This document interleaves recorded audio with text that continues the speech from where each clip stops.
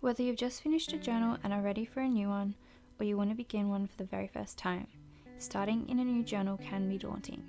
In this video, I hope to give you some ideas to make the process less scary and more enjoyable.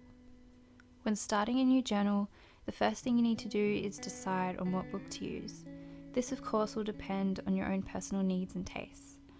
I usually make my own journals, but this time I'm going to be using one made by someone else. You can use anything from a handmade book, a store-bought journal, to a plain composition book or a notebook. But I do strongly encourage you to either choose something you love looking at or something you can alter or decorate to be something you love looking at. If we feel drawn to our journal, we are much more likely to use it. Once you've figured out what journal you want to use, you should find a safe and comfortable place to begin. You will want to feel relaxed, so you may want to find somewhere private or quiet.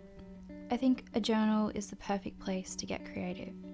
Since this is our own private space, we can feel free to play here in any way we wish. You can make a mess and it doesn't matter. No one else needs to see it.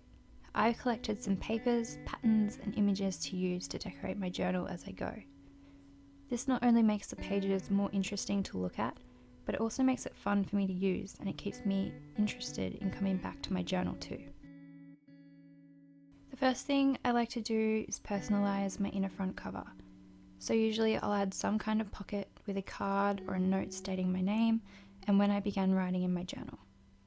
When your journal is full, you can always go ahead and add when you finished it here too. The very first page is always the hardest. So if you feel stressed over creating the perfect title page or the perfect first page, just leave it blank. Once you get more comfortable in your journal, you can always come back and fill this in. For a first entry, I think an easy place to start is by introducing yourself. If not to the book or to future persons reading it, then just to yourself. Because one day you'll go back and read about the person you once were. So state some basic things about yourself so that you can remember what chapter of your life you're in while you're using this journal. You could write about your current situation, where you live and work, your age, your family and relationship status, as well as any other major themes in your life right now. You can get creative and add a photo of yourself, a postcard from where you live, or other mementos that are meaningful to you right now. Next, you could write a short summary about why you are starting your journal, where you got it from or why you chose it, as well as what you hope the pages will contain or do for you during the process. Use as many or as little pages as you need to write your first entry. The main thing is to just start, and once you do, I'm sure you'll feel much more relaxed and excited to continue using your journal.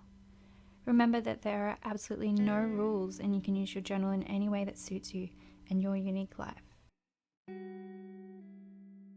There is nothing very interesting at all about an unused or blank book. It's the imperfections and real life you share within the pages that make it something special. Soon, your journal will become a time capsule, a treasure of days gone by and fleeting moments you wished you could have held on to just a little longer.